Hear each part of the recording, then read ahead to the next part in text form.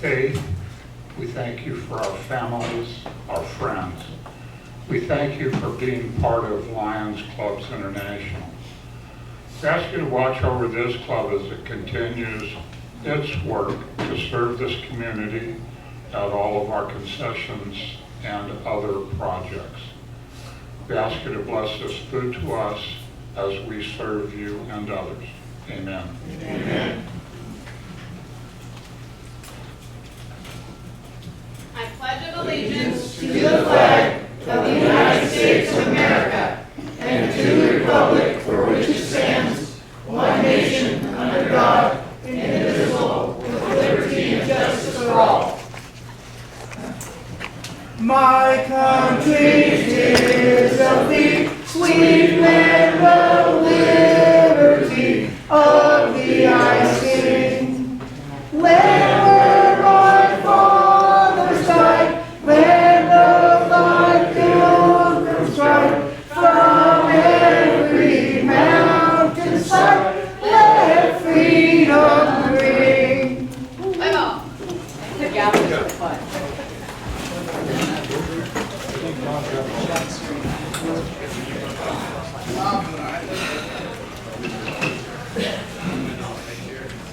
Lion Tamers, do you have any guests? Yes, we have two guests, and John Searing is going to introduce them too. Yeah, they got a mic up there. I got my buddy Penny back here. King Lion Rick, fellow Lions and guests, I'd like to introduce for the second time Lance Curtis, who has the application in. And then the second guest is Rick Nielsen. He's the president of the AWPPW. Oh.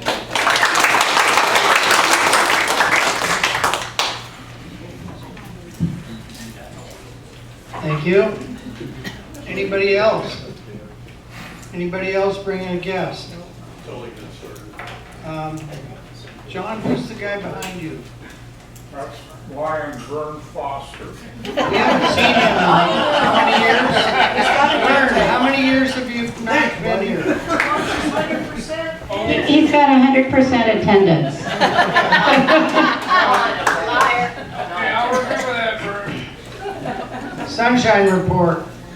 Penny. I have a President Rick, fellow Lions and guests. I have a card back here for Mike Bolin, and Greg Firth is going to talk about what's going on with him. Why don't you stand by, Greg? Why don't you do that? Rick, fellow Lions, actually, I've got good news and bad news. Good news is I talked to Steve Johnston this morning, and apparently on Sunday he was able to go to church. Well, this afternoon his wife is picking him up and he's spending the night at home. Wow. Cool. Now the bad news. Mike Bolin. Over the 4th of July, Mike had a bad seizure. And I talked to Anita just the other day. And Mike's got a few days, maybe a few weeks. It really took a toll on him. So keep giving your thoughts and prayers.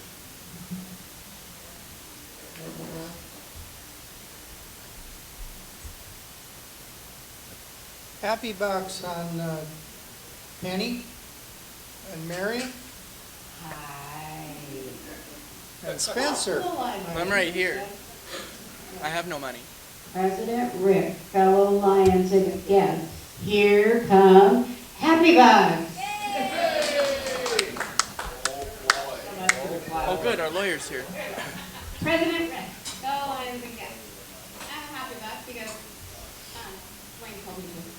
I was asking, I need some help, and it's a very short help.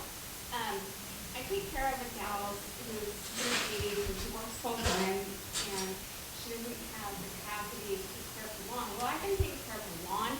Unfortunately, she has a weed whacker and a really great lawnmower. She does not have an ender. And there is a slope that every time it rains, it goes on to the sidewalk. And so I've been really breaking my own back. It's already broken. So if anybody has a edger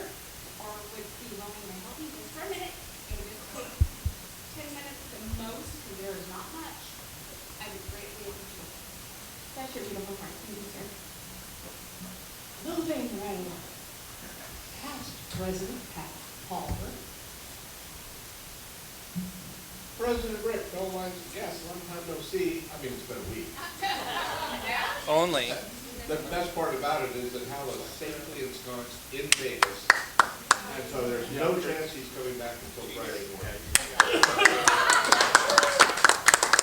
Everyone's kind of sad about it, at which point I will grab him up and we will go to Port Angeles and camp together. No, that's not as sad. Is he driving? No, he is Thank not. God. He offers every time to drive my RV, and I'm like, I'm sorry, you can't handle a Ford Explorer. There's no way you're getting a 36-foot-long RV around the corner. Let's see. Third happy buck is our friend Kevin Watson decided to come and show his face, and so it's always great to have Kevin. Fourth happy buck. Somebody didn't introduce their wife as a guest who's no longer a member. Do you remember? I thought I saw it drop notice, so I apologize. Cammy, it's great to see you. No, just pay $1. I'll pay $1. I'll pay an extra $1. No problem. Let's see. So then, since I'm getting an extra $1, this is one of those weeks that has really gotten away from me. I was contemplating not coming because here today, just because it just kind of went crazy. People, of course, here you're semi-retired, for the retired guys in the room. Never been so busy. Yeah. So I will not be seeing you at the fair unless something breaks open. But I might be able to get there Thursday night. Swear to God if I can. And the last happy buck is it's so great to see my friend Joseph Gorednick from the Cowlitz County Historical Museum. If you're not a member, you should be. It is one of the most informative, fun places to go. It's also very quiet and cool in there. So when you need a break, it's kind of a cool place to go. Great to see you, Joseph.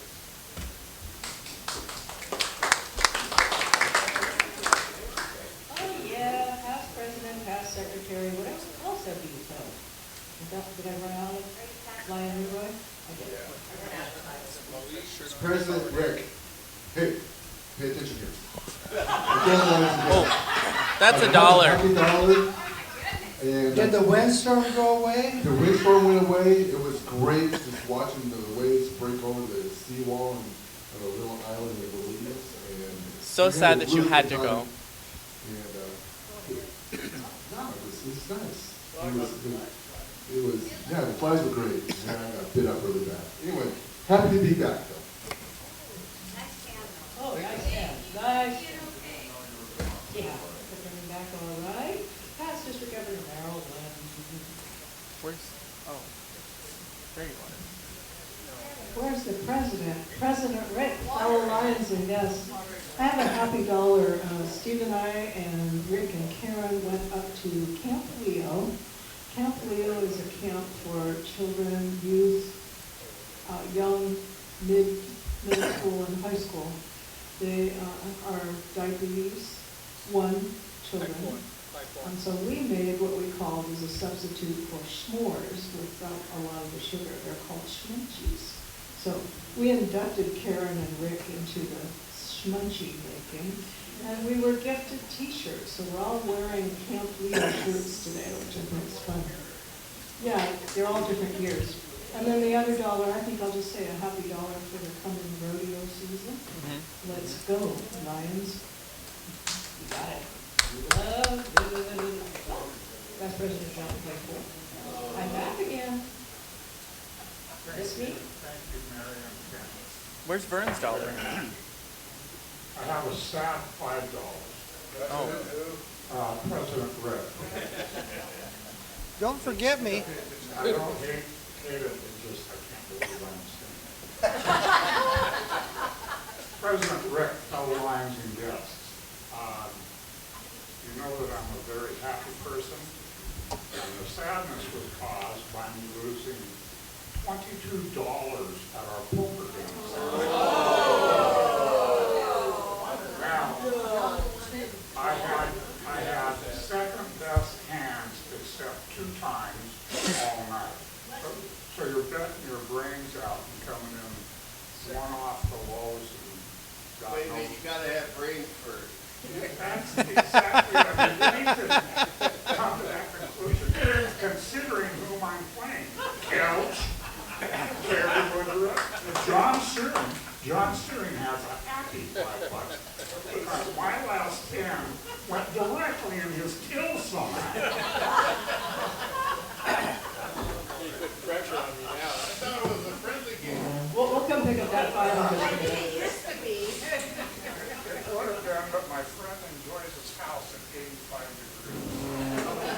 Me too. Go ahead, Tom. Here's $5 happy. I just want to appreciate the entire line. Just looked at my mother's funeral yesterday. You guys are a true family, and I'm glad to be alive.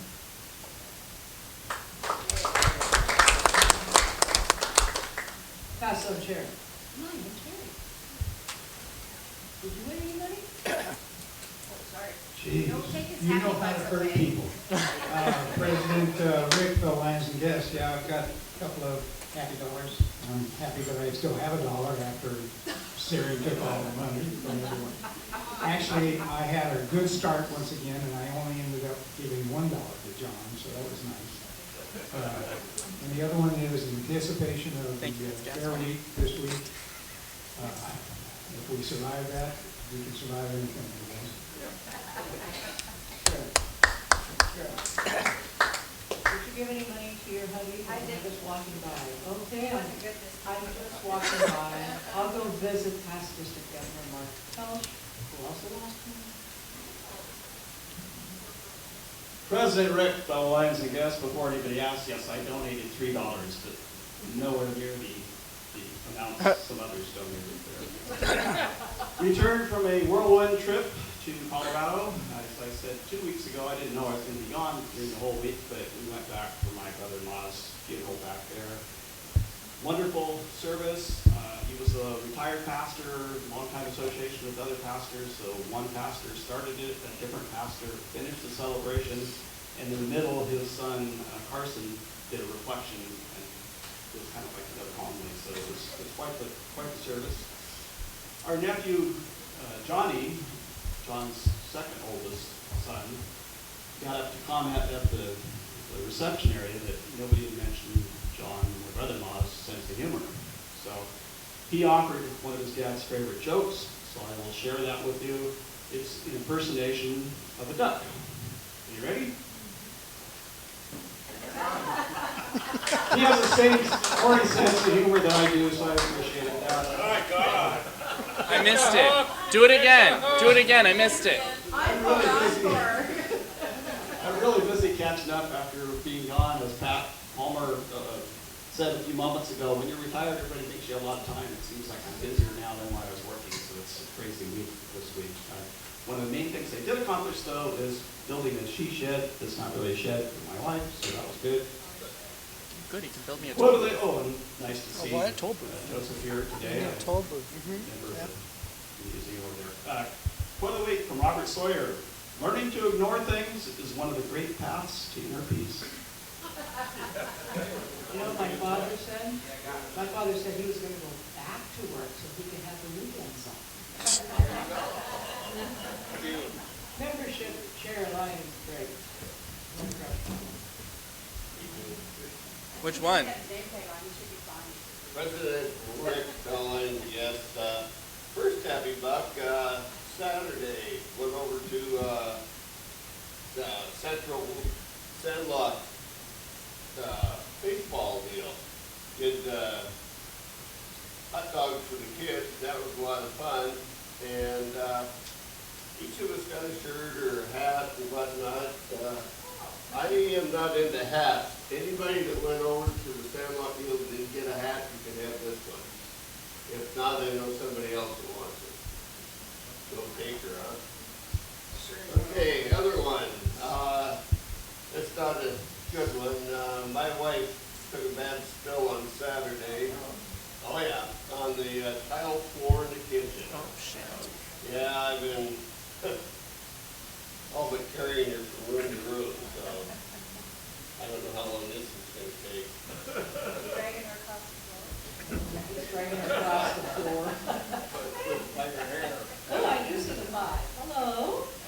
Second VP, John. Yeah. Well, my total just went down to $18 winning because Oh. Claypool made me put 5 in, or no, 17. Anyway, Keen Lion, Rick, all Lions and guests, I was have a few happy dollars that totaled 5. I was happy to fleece Claypool, Kelch, Woodry out of money, and the rest of the poker group. What they failed to mention is we have a trophy that if you win the card game that night, you get to take it home for a month. But they didn't mention that I've had it for 3 months in a row. Last night you won too. Yeah. So nobody knows I was wearing pants on a hot day, so I was able to pull those aces out of my sock. I was happy to see all the Lions support for Tom at his mom's funeral. Had a good time.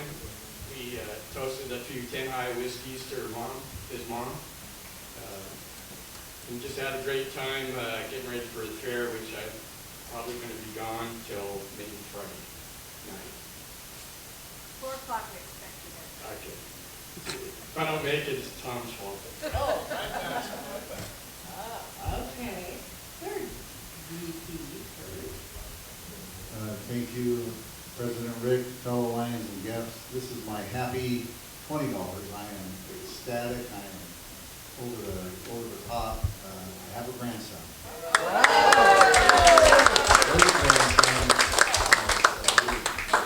The name is Callum. Callum Anagnostic, and he's down in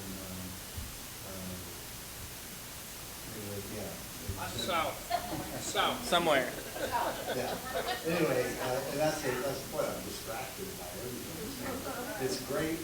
It's awesome. So happy to be back.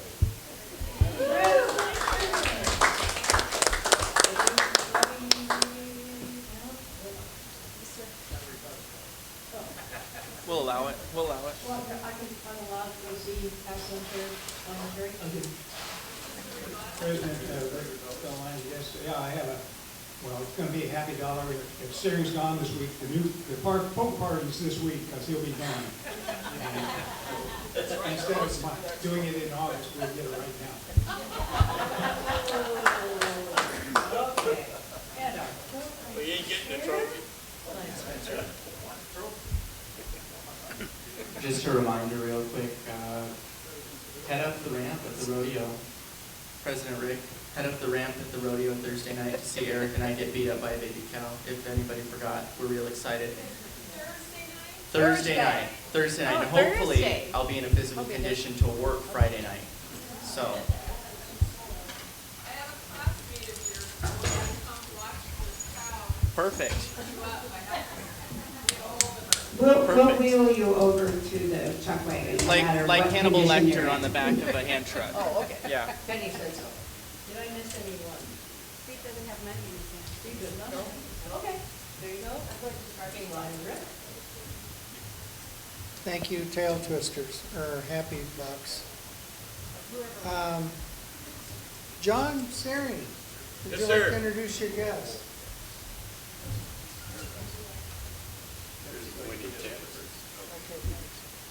Rick, would you like to come up, please? Anybody involved in the Kettle corn? kettle corn for donate to come up front and we'll do a picture. But this is Rick Nielsen. Like I said, he's president of the AWPPW, and we're going to be presenting the check to him today. And Rick, would you like to say anything? The support of this community has been amazing. And I just want to say thank you guys for your hard work in supporting these families, and thank you for all of your hard work for celebrating our fallen brothers. So Wait a minute, thank you guys Mark. very much. Mark, hold on.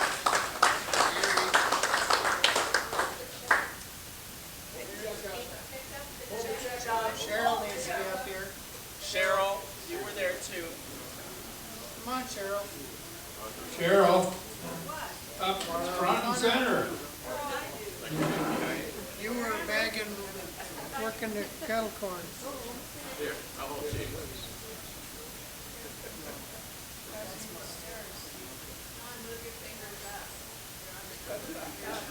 Which finger?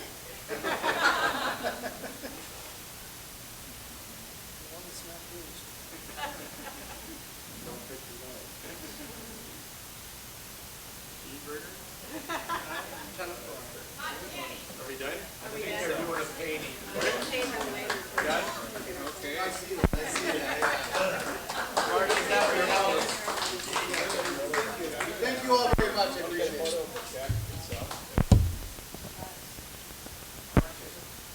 Spencer Boudreau is in 13,000. charge of the programs for this month. Thank you. Before we get to our program, just one more round of applause. $13,000 donated to the Rotary.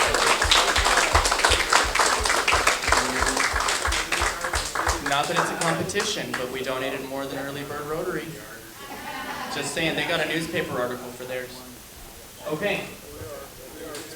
Our program this week is Mr. Joseph Gavednik. If you don't know who he is the director of the Cowlitz County Museum. That's over there on Allen Street in Kelso. Are we doing a jail thing at the fair this year? I wasn't locked up. All right. Joseph's going to talk a lot about, well, a variety of topics. So, go ahead. Thank you, Spencer. My name is Joseph Gavednik, Director of Cowlitz County Historical Museum. I appreciate the opportunity to share a little bit about the museum, but a lot more about the B-25 bomber crash that was in Rose Valley in 1947. There's a lot of interesting twists and turns, maybe some folklore, UFO connections, things like that. But also, I wanted to just have a couple little general announcements. The woman who was looking for the edger, I do have an electric edger that just sits around. Just reach out to me. I'll loan it to you. If I have time, I'll help you with it. My schedule's crazy. Fair's coming up. We're all busy running around. But please reach out to me. It's just sitting in my garage. It's ready for your use. No hurry to get it back. Also, wanted to thank Pat for the shout out about the memberships for the museum, because there are membership forms on a table and wrap cards with information about the museum. So please consider being a member if you're not a member already. We do rely on our membership to help support our operations. The Cowlitz County Historical Museum is a partnership between Cowlitz County and the nonprofit Cowlitz County Historical Society. So that's a very important support for us. We will be at the fair at the historic Bush Cabin all 4 days of the fair. And as Spencer mentioned something about a jail fundraiser, we are doing a jail fundraiser this year. Spencer was our inaugural test guinea pig 2 years ago. I got locked up. When he was mayor. We locked up the mayor of Longview, and he was wearing the jailhouse stripes.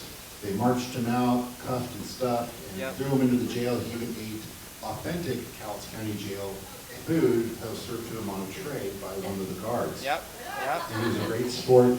And unfortunately for Spencer, that jail was really dirty and dusty at the time he was there.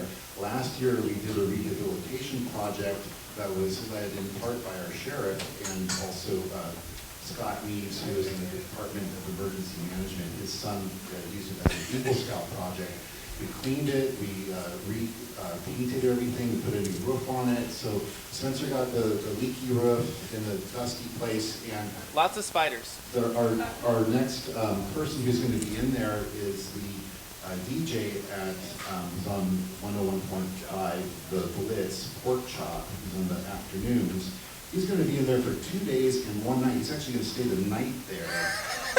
We have a sponsor from the mattress liquidators across the street from the radio station for giving him a mattress so he doesn't have to sleep on the hard floor.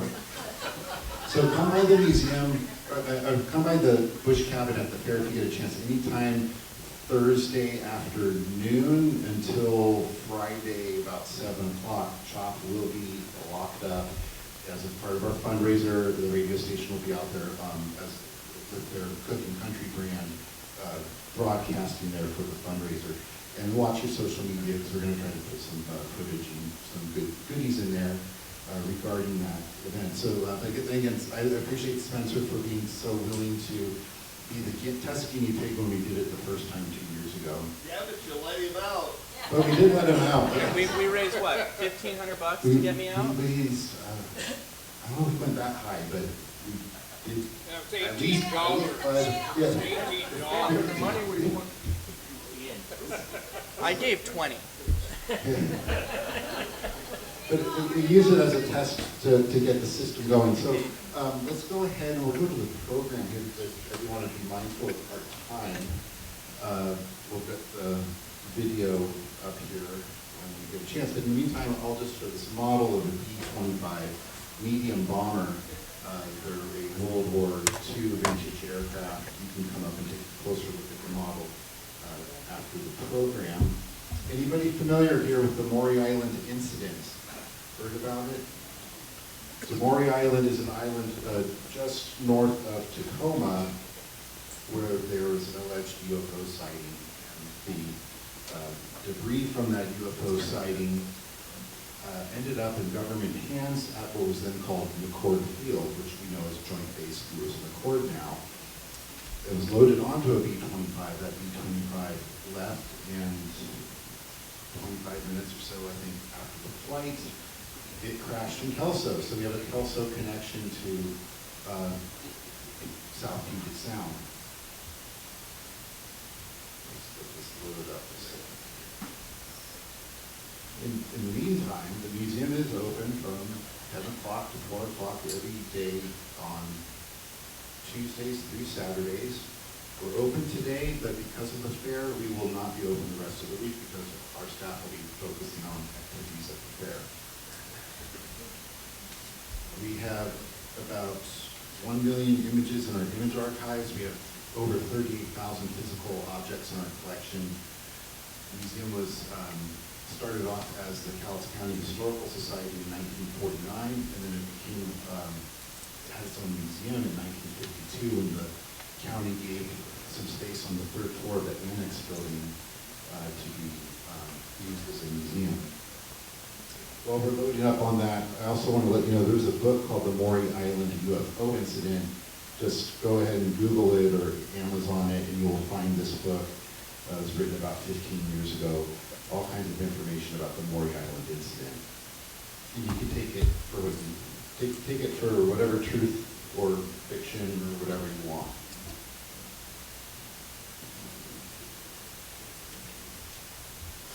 While we're loading up, this is probably one of the largest pieces that we got, aside from what I think is a piece of tire that I didn't bring in. We went out and did an archaeological surface survey of the crash site last year to see if there's any more pieces we can get off of that wreckage. When the aircraft crashed on August 1st, 1947, of course there's all kinds of debris there. Then the Air Force came back about a year later and did a massive cleanup in 1948. Plus locals took bits and pieces for their own souvenirs and whatnot. But by 1948, it was pretty much cleared up. And so it's heavily vegetated there. It's on Weyerhaeuser land. It's really kind of rough terrain. You'll see some pictures there. But there's a little creek that runs through there. And in that creek bed area is where we found most of the stuff that we were able to recover. I know. Most of it, of course, is pieces of twisted aluminum. You can see rivets in it, and there's a little bit of green paint on some of them, which was common to have the interior of the aircraft paint green. We believe the landing gear structure is still out there. It's embedded. We could not pull it out. It was too deep and too big. So we're hoping to work with Weyerhaeuser to get it out maybe later this year. That would be probably the largest piece that we were able to look at that was out there. Quick question on the Oh yes, a question, yes. How far off the road is that wreckage? I've been up there before. Wreckage is, you have to go through the Weyerhaeuser gate, so you have to have permission from Weyerhaeuser to get in there. It's probably about a mile or so. That's off the 100 line. It might be, yeah. I forgot to refresh my memory looking at the maps so I could say where it was, but it's about a mile and a half through the Weyerhaeuser gate up that long road. But how close to the road is the wreckage now? It's 500-yard walk through rough terrain and over a creek that floods. You can ford the creek during certain times of the year, but I wouldn't want to ford it during the times when it's flooded at a higher stage. Okay, good. Pretty good. Is the clicker working, or should I just? Clicker will work. Okay. It's the operator that's not working. I have a certification for this, believe it or not. There you go.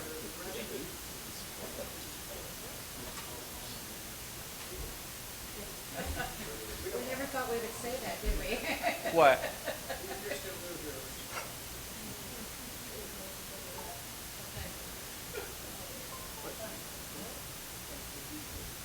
What'd you do? Okay.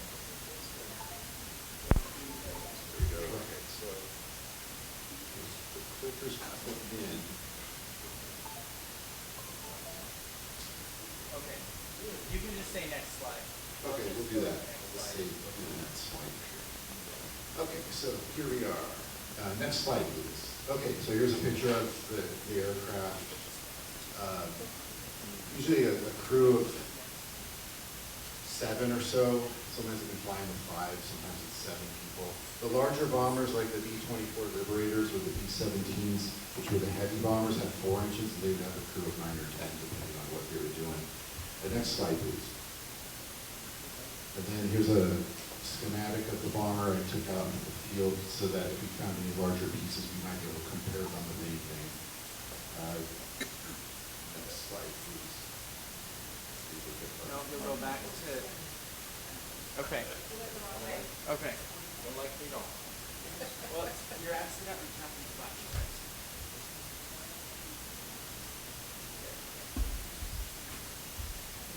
There, just stay there. There we go, okay.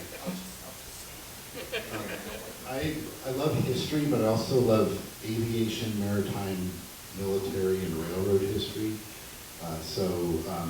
Part of that interest, groups like the Cowlitz Foundation have flights you can go on these aircraft. This is me about almost 20 years ago on the Speed 25.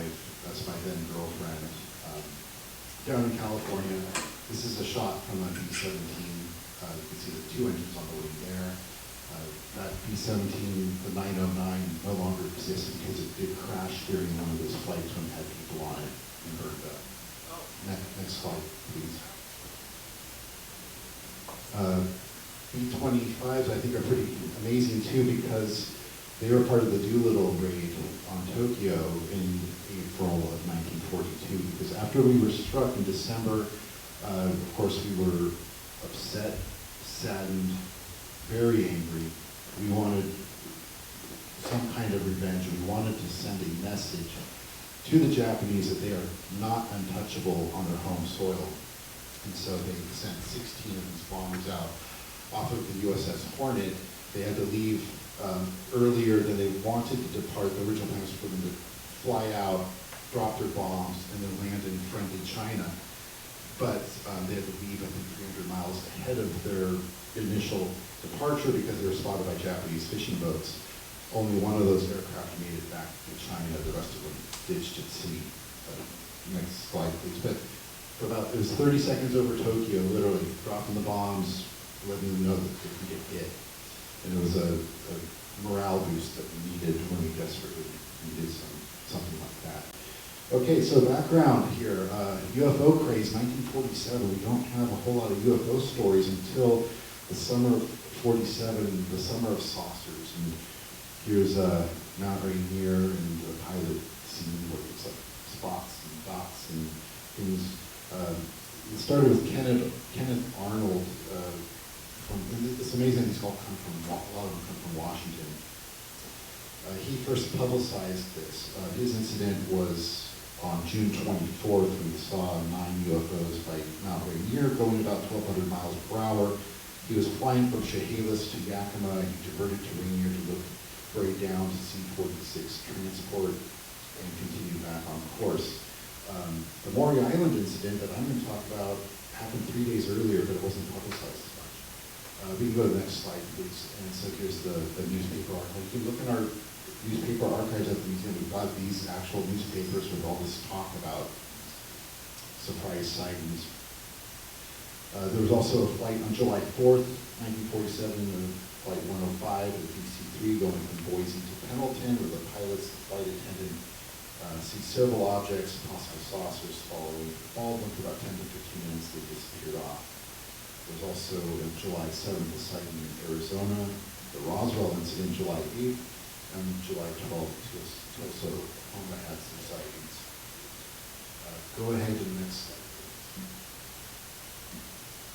At the time we were entering the Cold War, 1947 is when the Truman Doctrine to contain communism was initiated, because we saw this Iron Curtain forming here. With nuclear weapons, we have the 1948 Berlin airlift, where the Eastern Bloc tried to isolate Berlin by train, by road, so we went for an airlift to keep supplies going to West Berlin. Here's some kind of a atmospheric balloon.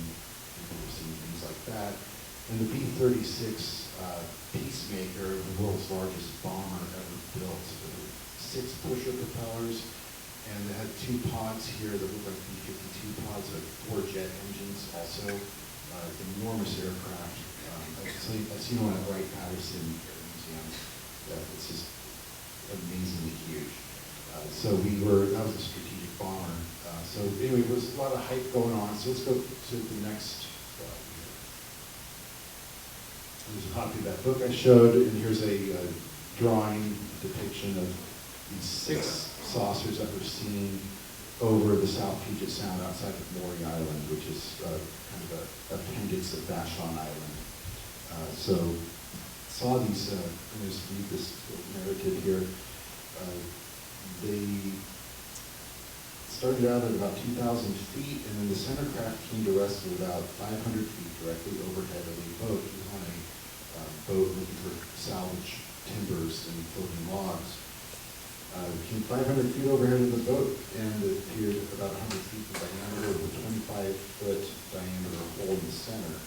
The center craft spewed out what appeared to be thousands of newspapers, which were later described as light metal flooded into the water.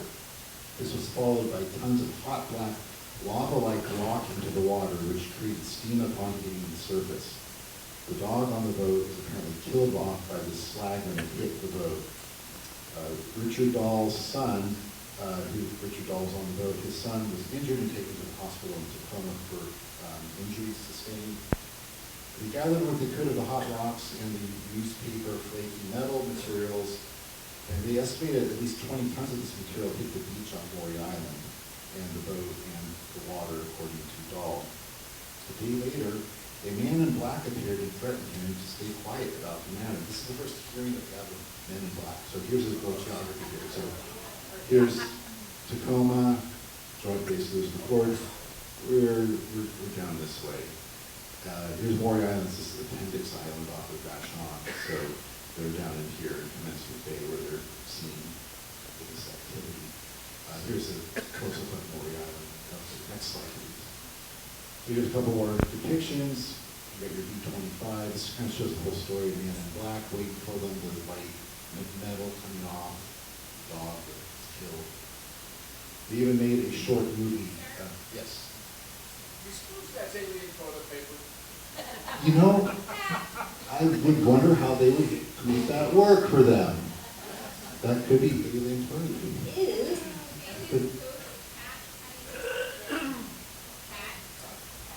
How do you know if aliens poop? I was in college. Aliens poop. Well, I'm going to check time here because I know we have a limited time. Okay, so moving along here, so there was a movie made, a short movie, Maury Island Incident, from that previous slide. Even the Washington State Legislature passed a resolution acknowledging the situation. We'll go to the next slide. And so the U.S. Air Force gets tipped off to come up and send 2 investigators up to Washington State. So they come from Hamilton Air Force Base, which is out here in Novato, and so San Francisco's right here. There's Point Reyes. And so they fly up with that bomber. We'll go to the next slide. And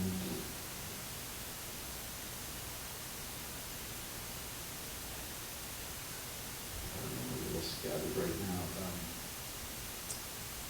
So they sent Captain William Lee Davidson and First Lieutenant Franklin Brown. So Davidson is here and Brown is here to investigate the crash. And they load this mysterious material into the aircraft, and apparently it was a very heavy box. And on board with them was Sergeant Elmer L. Taft, who was a passenger. He was an Air Force personnel. He he was ferrying back to Texas. It was his first flight he'd ever been on. And there was also a flight engineer on board the aircraft. So 4 people on the aircraft. This is also the first Air Force crash on Air Force Day, which is August 1st. That's when the U.S. Army Air Force was eliminated and the U.S. Air Force was created by dividing away from the Army. That was the separation date. So they departed McCord Field early in the morning at 2:12 a.m. and at like 2:35, a Kelso patrolman observes the bomber flying by and observes a fire on the left wing and it spirals into a dive. Go ahead to the next slide, please. Yes, so yeah, there's the passenger here and the engineer. And the passenger, the engineer basically threw a parachute on him, pushed him out, and told him how to operate it, and he jumped out afterwards. They both landed, and the engineer sustained injuries. The passenger was fine. So they survived, but the plane did nosedive into the hillside. The next slide, please. So Air Force Day Mart is B-25 crashes here. This is at the museum. You can look at this if you want to come in. We'll go ahead to the next slide. Moving along here. It's not done.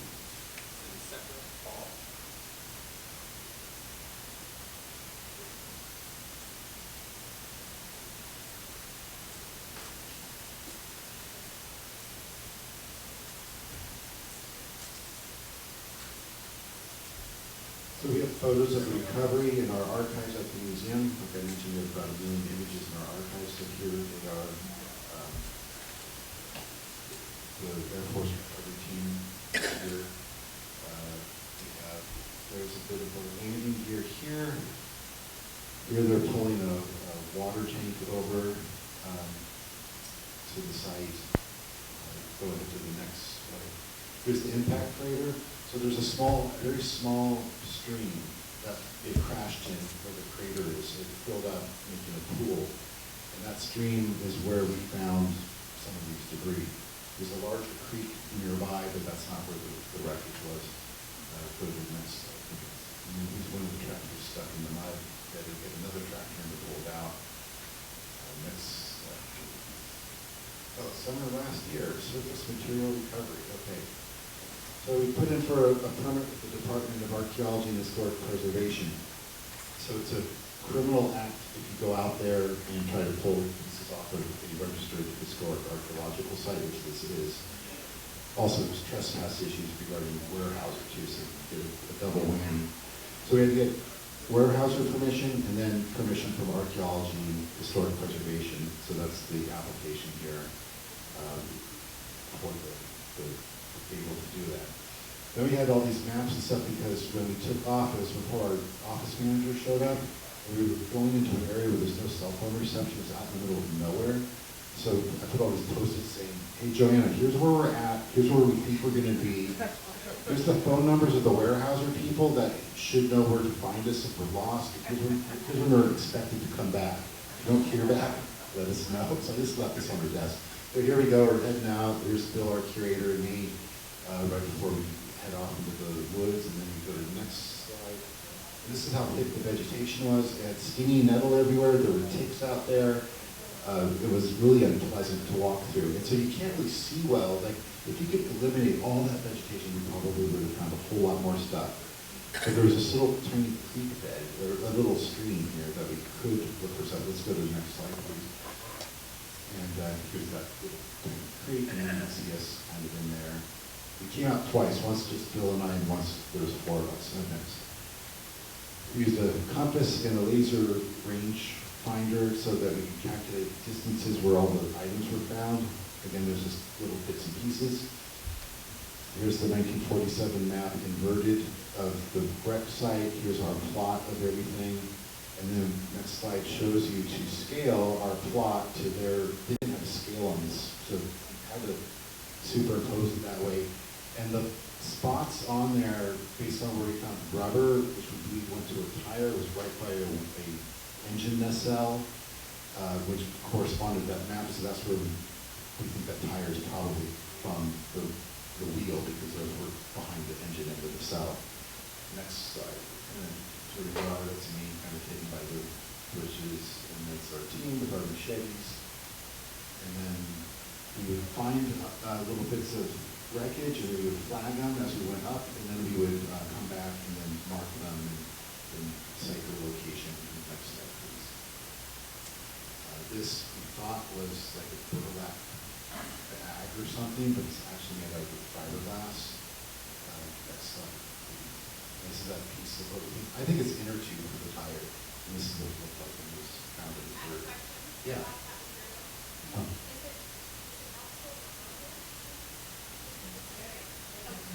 I apologize. Is it meltable or burnable, that material? Have you tried, or do you know? It's aluminum mostly that we found out there, and there were parts that were charred because the aircraft had taken on 200 gallons of fuel before it left McCord. So when it hit, it created a big fireball, and it ignited the forest around it. And so there was, most of the metal was twisted, and then some of it had like heavier metals, like steel that was riveted to aluminum, and it was like fused together in a weird way. Some of it looked like rock almost.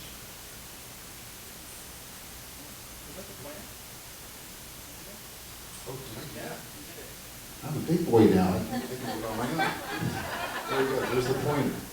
So we would take pictures in situ with measuring devices, and this is back at the lab. And keep moving along. And then we have, this is the only piece that had an identifiable mark on it. I have yet to determine what that is yet. I haven't had a chance to talk to some plane experts.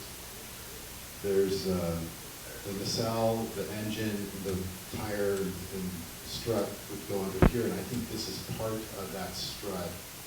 But because that's fully embedded, we need help in the warehouse to get some tools up there to get it out. And then there's pieces of aluminum that are connected to this, so you can't just pull that out. This is all deeply embedded. I would love it, yeah. Oh yeah, put it up high. I would love to get this out, put it in the museum.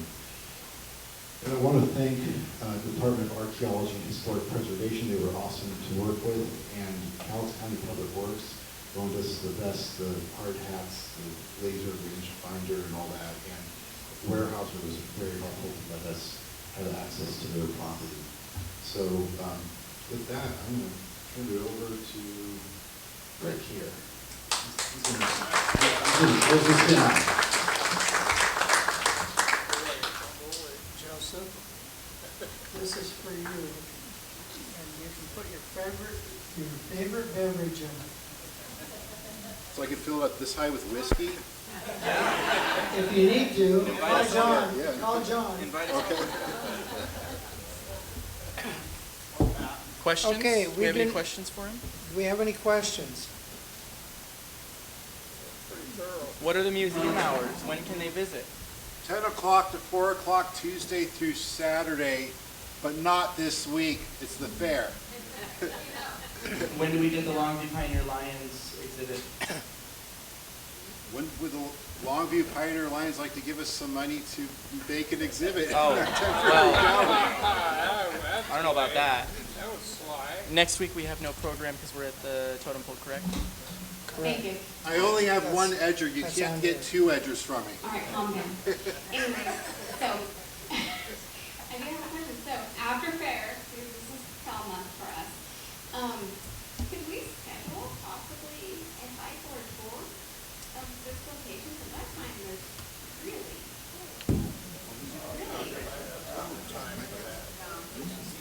Reach out to the museum, call us, get me your information, anybody. If you're a volunteer with the museum, you might be able to work something out for insurance purposes, things like that. But reach out to me afterwards. That's a good idea. Any more flying saucer related questions?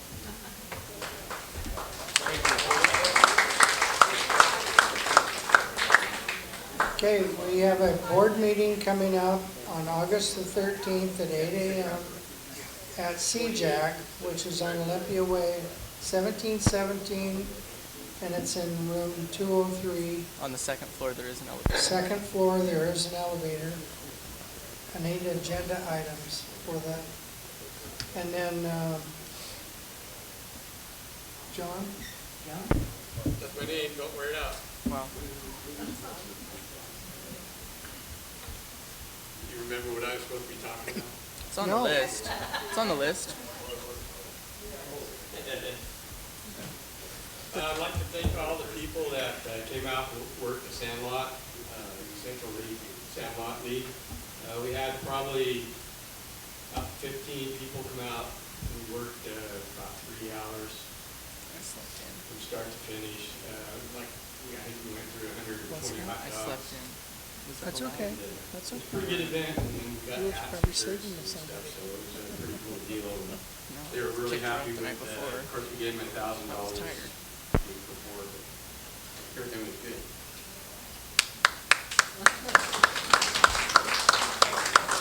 I need Sharon to do that.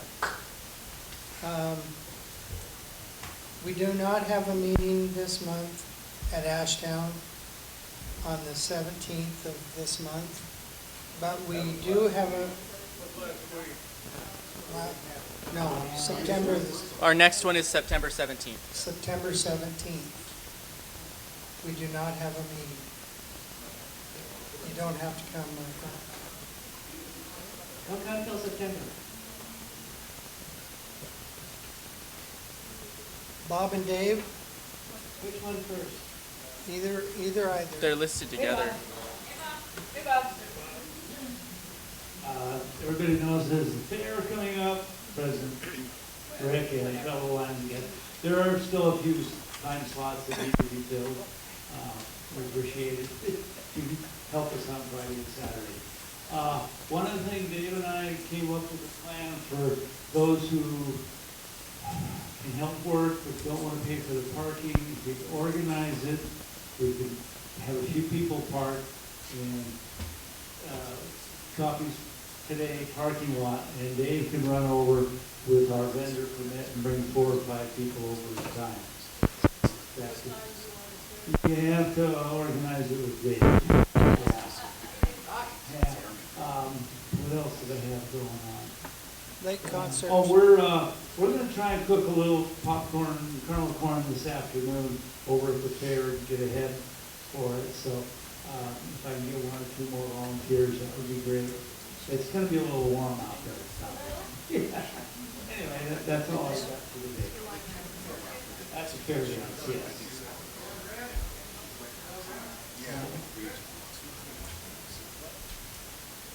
Marilyn.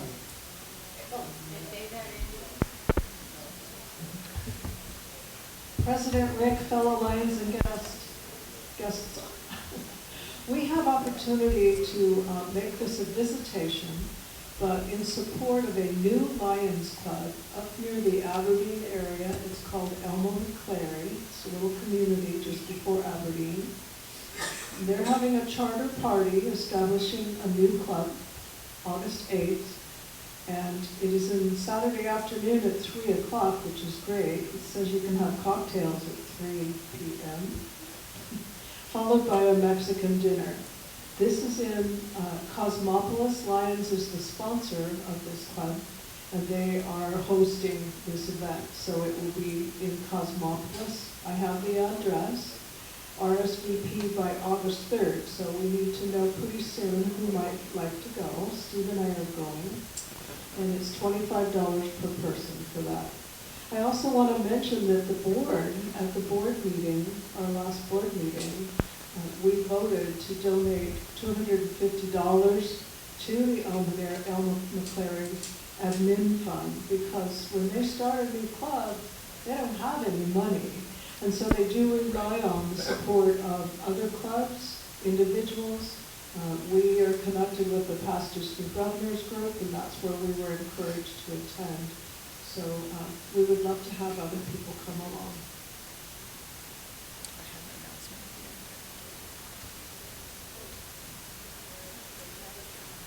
Greg. Wait, one more thing. We have the shine up sheet Shine up sheet. Shine up up fast. That's a sheet. Are we meeting out the lake next week? Oh, next meeting. Next, well, that's on my agenda. Okay. Wait, you're.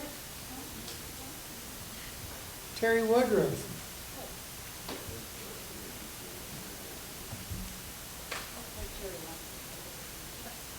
Quick announcement, Key Lion and Rick for Lions and Guests. Awards committee needs to meet real quick after the meeting. We're gone. Thank you.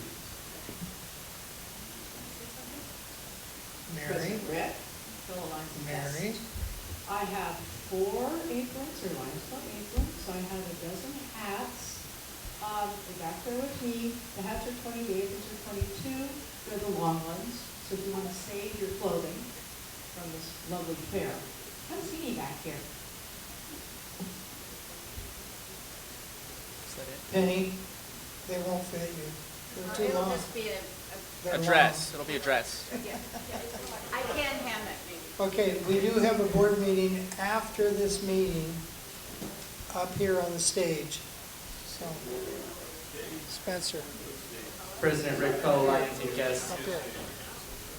Just to plug something else going on August 8th, there is a contingent of folks from Longview going to the Astoria Regatta Parade on Saturday, August 8th. So if anybody's interested in walking with a Longview float, please let me know.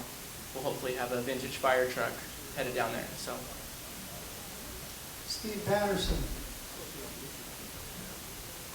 President Rick, Lions and Guests, I have the following names for people that need badges. Becky Norton, Tammy Williams, Alicia Guganola, Stephen Bright, Pamela Schimmel, Lance Curtis. Anyone else that needs a badge, come see me and I'll put you down on the list, okay?